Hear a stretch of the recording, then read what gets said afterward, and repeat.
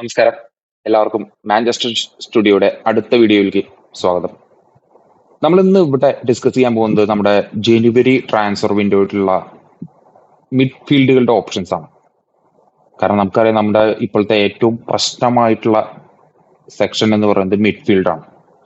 അപ്പൊ മിഡ്ഫീൽഡിലേക്ക് പരിഗണിക്കാവുന്ന ഒരുപാട് പ്ലേയേഴ്സിന്റെ പേര് നമ്മൾ ലാസ്റ്റ് സമ്മർ വിൻഡോസ് മുതൽ കേൾക്കുന്ന കുറച്ച് പേരുകളുണ്ട്. അതായത് ബലേബ, എൻഡേഴ്സൺ, അതുപോലെ തന്നെ ക്രിസ്റ്റൽ പാലസിന്റെ ആദം വാട്ടൺ.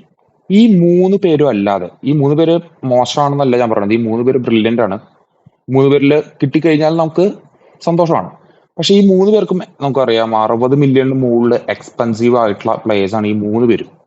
ഈ മൂന്ന് പേരല്ലാതെ ഉള്ള ഓപ്ഷൻസ്, ഈ മൂന്ന് പേരിൽ ഒരാളെ നമുക്ക് കിട്ടിക്കഴിഞ്ഞാൽ തന്നെ കൂടെ എന്തായാലും അഡീഷണൽ ആയിട്ടുള്ള ഒരു മിഡ്ഫീൽഡ് ഓപ്ഷനും കൂടി വേണം. കാരണം അടുത്ത സമ്മർ ട്രാൻസ്ഫർ വിൻഡോയില് എനിക്ക് തോന്നുന്നത് കസിമീറോ, ബ്രൂണോ, ഉഗാട്ട്, ഇതില് 2 പ്ലേയേഴ്സ് എന്തായാലും പോവും, ക്ലബിൽ നിന്ന് പുറത്തു പോകും. ഉഗാട്ടയുടെ കാര്യം എനിക്ക് അത്ര ഉറപ്പില്ല. ഉഗാട്ട ചിലപ്പോൾ ഒരു സീസണും കൂടി കണ്ടിന്യൂ ചെയ്യാനുള്ള ചാൻസസ് കൂടുതലാണ്. പക്ഷേ ബ്രൂണോയുടെയും കസമീറോയുടെ കാര്യത്തില് ഉറപ്പാണ്, മിക്കവാറും ഇവർ ഈ സീസണിന്റെ ലാസ്റ്റ് പുറത്തു പോകാനുള്ള ചാൻസ് വളരെ കൂടുതലാണ്. അങ്ങനെ വന്നു കഴിഞ്ഞാൽ നമുക്ക് മിഡ്ഫീൽഡ് ഓപ്ഷൻസ് ഒരെണ്ണം പോരാ, രണ്ടിൽ കൂടുതലോ, ശരിക്കും രണ്ടിൽ കൂടുതൽ. പക്ഷേ മെയിനോടുള്ള കാരണം 2 ഓപ്ഷൻസ്. അതിൽ ഈ പറയുന്ന പോലെ ബിഗ് ടാർഗറ്റ് ആയിട്ട് നമ്മൾ വെച്ചിട്ടുള്ള ബലേബ, ആൻഡേഴ്സൺ, അതുപോലെ തന്നെ ആദം വാട്ടർ, ഇതിൽ ഒരാൾ എന്തായാലും മിക്കവാറും സൈൻ ചെയ്യാനുള്ള സാധ്യതകളുണ്ട്. പക്ഷെ ഇവരെ കൂടാതെ ചിലപ്പോൾ ഇവരെ 3 പേര് എടുക്കാൻ പറ്റിയില്ലെങ്കിൽ നമുക്ക് എടുക്കാൻ സാധിക്കുന്ന, അല്ലെങ്കിൽ ഇപ്പോൾ അവൈലബിൾ ആയിട്ടുള്ള, അല്ലെങ്കിൽ ഇപ്പോൾ കറന്റ്ലി കളിച്ചുകൊണ്ടിരിക്കുന്ന, അല്ലെങ്കിൽ നമുക്ക് ഈ പൊസിഷൻ ആവശ്യമായിട്ട് കളിച്ചുകൊണ്ടിരിക്കുന്ന കുറച്ച് പ്ലേയേഴ്സുകളുണ്ട്. ആ പ്ലേയേഴ്സ് ആരൊക്കെയാണെന്ന് നോക്കി കഴിഞ്ഞാൽ ഫസ്റ്റ് 4 പ്ലേയേഴ്സിന് പിക്ക് ചെയ്തിട്ടുള്ള അതിൽ ആദ്യത്തെ ആളെന്ന് മെർലോ ഗോമസ് ആണ്. ബ്രസീലിയൻ ആയിട്ടുള്ള 22 വയസ്സ് മാത്രം പ്രായമുള്ള, ഇപ്പോ ഡച്ചിലെ ഷാങ്ക്ടർ ക്ലബിൽ കളിച്ചുകൊണ്ടിരിക്കുന്ന, ഡച്ച് ലീഗിലാണ് കളിച്ചുകൊണ്ടിരിക്കുന്നത്, ഡച്ചിലെ ഷാങ്ക്ടർ ക്ലബിൽ കളിച്ചുകൊണ്ടിരിക്കുന്ന 22 വയസ്സുകാരനായിട്ടുള്ള മെർലൻ ഗോമസ്. എന്തുകൊണ്ടാണ് പുള്ളിയെ സെലക്ട് ചെയ്തതെന്ന് വെച്ച് കഴിഞ്ഞാൽ പുള്ളിയുടെ പ്രായം, അതാണ് ഒന്നാമത്തെ കാര്യം. 22 വയസ്സ് പ്രായമുള്ളൂ. പുള്ളിയുടെ work ability, work rate brilliant ആണ്. ഡച്ച് ലീഗിലാണ് കളിക്കുന്നത് എന്നുള്ള ഒരു കാര്യം കൂടി ഉണ്ട്. എങ്കിൽ പോലും ബ്രസീലിയനായിട്ടുള്ള ആളുടെ വർക്ക് റേറ്റ് ബ്രില്യന്റ് ആണ്. സ്ട്രോങ് പ്രസിംഗ് എബിലിറ്റി ഉള്ള ഒരു പ്ലെയർ ആണ്. ബോക്സ് ടു ബോക്സ് പ്ലേ ചെയ്യാൻ പറ്റുന്ന ഒരു പ്ലെയർ ആണ്. വേഴ്സലിറ്റി ഉള്ള ഒരു പ്ലെയർ ആണ്. മെർലൻ ഗോമസ് അപ്കമിങ്, അതായത് ലോങ് ടേമിലേക്ക് മാഞ്ചസ്റ്റർ യുണൈറ്റഡിന് എന്തായാലും ചൂസ് ചെയ്യാൻ പറ്റുന്ന ഒരു പ്ലെയറിന്റെ ലിസ്റ്റാണ് മെർലൻ ഗോമസ് എന്ന് പറയുന്നത്. ഇപ്പൊ തന്നെ യൂറോപ്പിലെ പല പ്രമുഖ ക്ലബുകളും മെർലൻ ഗോമസിന്റെ റഡാറിലുണ്ട്. മെർലൻ ഗോമസ് എന്ന പ്ലെയറിന്റെ പിന്നിൽ ഒരുപാട് യൂറോപ്യൻ ക്ലബ്ബ് ഇപ്പൊ തന്നെ ഉണ്ട് എന്നുള്ളൊരു വാദഗതിയുണ്ട്. അതിൽ പ്രീമിയർ ലീഗ് ക്ലബ്ബുകളും പെടും.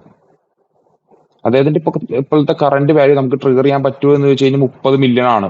മേ ബി 30 മില്യണോ 35 മില്യണിനുള്ളിൽ ഒരു ബിഡ് ചെയ്ത് കഴിഞ്ഞാൽ മേ ബി അദ്ദേഹത്തെ നമുക്ക് മാഞ്ചസ്റ്റർ യുണൈറ്റഡിൽ കൊണ്ടുവരാൻ സാധിക്കും.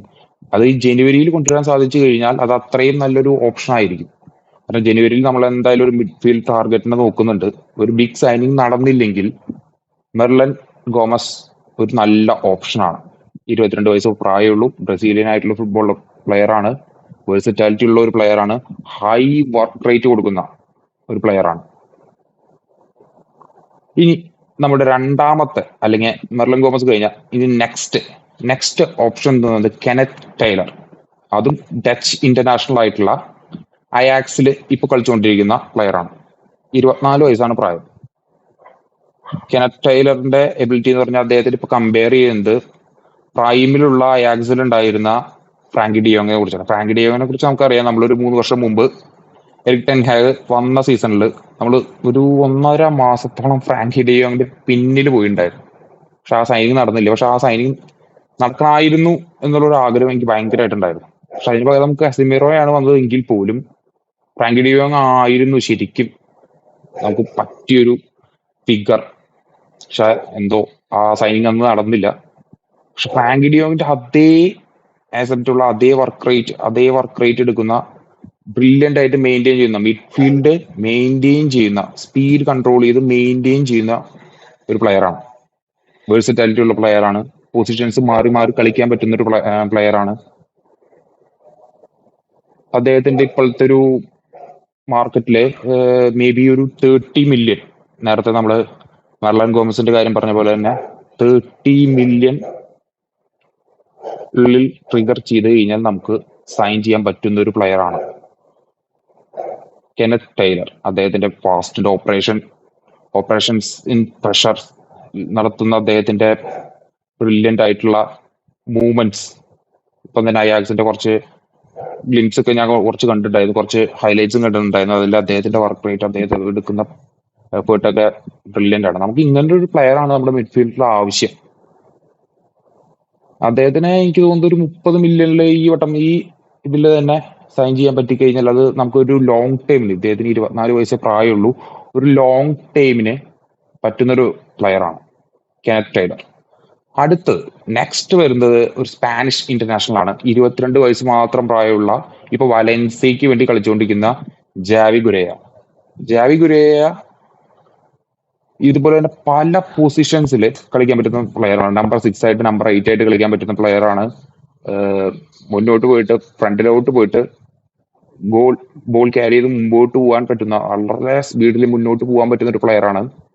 ഷൂട്ടിംഗ് കപ്പാസിറ്റി ഉള്ള ഒരു പ്ലെയറാണ്. അതായത് ഇപ്പോ കൺസിഡർ ചെയ്യുന്നത് തന്നെ വാൽവെരഡയുടെ, അതായത് റയൽ മാഡ്രിഡിന്റെ വാൽവെരഡയുടെ പ്ലേയിങ് സ്റ്റൈലുള്ള ഒരു പ്രോസ്പെക്റ്റ് ആയിട്ടാണ് ഇപ്പൊ കണക്കാക്കുന്നത്. ഇങ്ങനൊരു പ്ലെയറെ 25 മില്യൺ ആണ് ഏറെക്കുറെ അദ്ദേഹത്തിന്റെ ഒരു മാർക്കറ്റിലെ ഉള്ള പ്രൈസ് എന്ന് പറയുന്നത്. 25 മില്യൺ ഇപ്പൊ നമ്മൾ മുമ്പ് എന്തായാലും ഒരു 25 എന്നുള്ളത് 35 ആവും. അത് അങ്ങനെയാണല്ലോ. കാരണം 17 മില്യൺ ഉണ്ടായിരുന്ന ലാവൻസിന് നമ്മൾ പോയ സമയത്ത് 17-15 ഉള്ളിൽ ഇതുണ്ടായിരുന്ന ലാവൻസിന് 25 അവസാനം അത് നിന്നിട്ടില്ല. പക്ഷെ 25 മില്യൺ ഉള്ള ഗുരേരക്ക് എങ്ങനെ പോയാലും ഒരു 35 മില്യണിനുള്ളിൽ നമുക്ക് ചിലപ്പോൾ നേടിയെടുക്കാൻ സാധിക്കും. അത് ഈ ജനുവരി ട്രാൻസ്ഫർ വിൻഡോയിൽ തന്നെ നടക്കണം എന്നില്ല. ഞാൻ പറയുന്നത് നമ്മുടെ ഒരു ടാർഗറ്റില് ജനുവരിയിലോ അല്ലെങ്കിൽ ഇനി വരുന്ന സമ്മർ വിൻഡോസിൽ നമുക്ക് എടുക്കാൻ പറ്റുന്ന നല്ല മിഡ്ഫീൽഡ് ടാർഗറ്റിൽ ഒരാളാണ് ജാവി ഗുരേയ. ഇപ്പൊ തന്നെ ബാഴ്സലോണയുടെ, അതേപോലെ തന്നെ ഇംഗ്ലീഷ് പ്രീമിയർ ലീഗിലെ പല ക്ലബുകളുടെയും, എനിക്ക് തോന്നുന്നു ചെൽസിയുടെ ഒക്കെ റഡാറിലുള്ള ഒരു പ്ലെയർ ആണ്. ചെൽസിയുടെ എന്തൊക്കെയോ 2-3 മറ്റേ ക്യാമ്പയിൻസിൽ കണ്ടിട്ടുണ്ടായിരുന്നു, അത് അവരുടെ പേജസിൽ കണ്ടിട്ടുണ്ടായിരുന്നു. അവര് ഫോക്കസ് ചെയ്യുന്ന ഒരു പ്ലെയറിന്റെ ഇതിൽ ജാവി ഗുരേരയുണ്ട്. അടുത്ത പ്ലെയർ എന്ന് പറയുന്നത് ഫ്രഞ്ച് ഇന്റർനാഷണൽ ആയിട്ടുള്ള 24 വയസ്സുള്ള മാൻഹ്യൂ കോനെ. മാൻഹ്യൂ കോനെ റോമയിലാണ് ഇപ്പോൾ കളിച്ചുകൊണ്ടിരിക്കുന്നത്. ഇറ്റാലിയൻ ലീഗിലാണ് കളിച്ചുകൊണ്ടിരിക്കുന്നത്. ഫ്രഞ്ച് ഇന്റർനാഷണൽ ആണ്, ഇറ്റാലിയൻ ലീഗിലാണ് ഇപ്പോൾ കളിച്ചുകൊണ്ടിരിക്കുന്നത്. പുള്ളിക്കാരന്റെ പ്രഷർ ഹാൻഡ്ലിങ്, അതേപോലെ തന്നെ speed, box to box player ആണ്, അഗ്രസീവ് ആണ്, ടാക്കിൾസ് വോൺ ചെയ്യാൻ, ഇന്റർസെപ്ഷൻസിലായാലും ടാക്കിൾസ് വോൺ ചെയ്യാനായാലും ഈസ് ബ്രില്യൻറ്റ്. അദ്ദേഹത്തെ പോൾ പോഗ്ബയുടെ പ്രൈമിലുള്ള പോഗ്ബ എങ്ങനെയായിരുന്നു അതിന്റെ ഒരു ലേറ്റസ്റ്റ് വേർഷൻ ആയിട്ടാണ് പല മീഡിയാസും അദ്ദേഹത്തിനെ കൺസിഡർ ചെയ്തിട്ടുള്ളത്. മാൻഹ്യൂ കോനെ എനിക്ക് തോന്നുന്നത് ചിലർ പറയുന്നത് കോണ്ടെ, അതായത് ചെൽസിയുടെ കോണ്ടെ ഉണ്ടായിരുന്നില്ലേ, ആ ടൈപ്പ് ഒരു പ്ലെയർ ആണ് എന്ന് പറയുന്നത്. അദ്ദേഹത്തിന്റെ എബിലിറ്റി, ഡിഫെൻസീവ് എബിലിറ്റി ആയാലും തന്നെ അറ്റാക്കിംഗ് എബിലിറ്റി ആയാലും അത്രയും വേഴ്സിറ്റാലിറ്റി ഉള്ള ഒരു പ്ലെയർ ആണ്, അത്രയും സ്ട്രോങ് ആയിട്ടുള്ള ഒരു പ്ലെയർ ആണ്, റണ്ണിങ് കപ്പാസിറ്റി ഉള്ള പ്ലെയർ ആണ്, നല്ല സ്പീഡുള്ള ഒരു പ്ലെയർ ആണ്. ഇതും ഈ 4 ഓപ്ഷൻസ് ആണ്, അതായത് മർലോ ഗോമസ്, അതുപോലെ തന്നെ Kenneth Tyler, Javi Guerra, last Manu Kone. ഈ 4 പ്ലെയേഴ്സിൽ 2 പ്ലെയേഴ്സോ അല്ലെങ്കിൽ എനിക്ക് തോന്നുന്നു ഒരു പ്ലെയറോ അല്ലെങ്കിൽ 2 പ്ലെയറോ നമുക്ക് സൈൻ ചെയ്യാൻ സാധിച്ചു കഴിഞ്ഞാൽ അത് നമുക്ക് ലോങ് ടൈമിലേക്ക് വലിയൊരു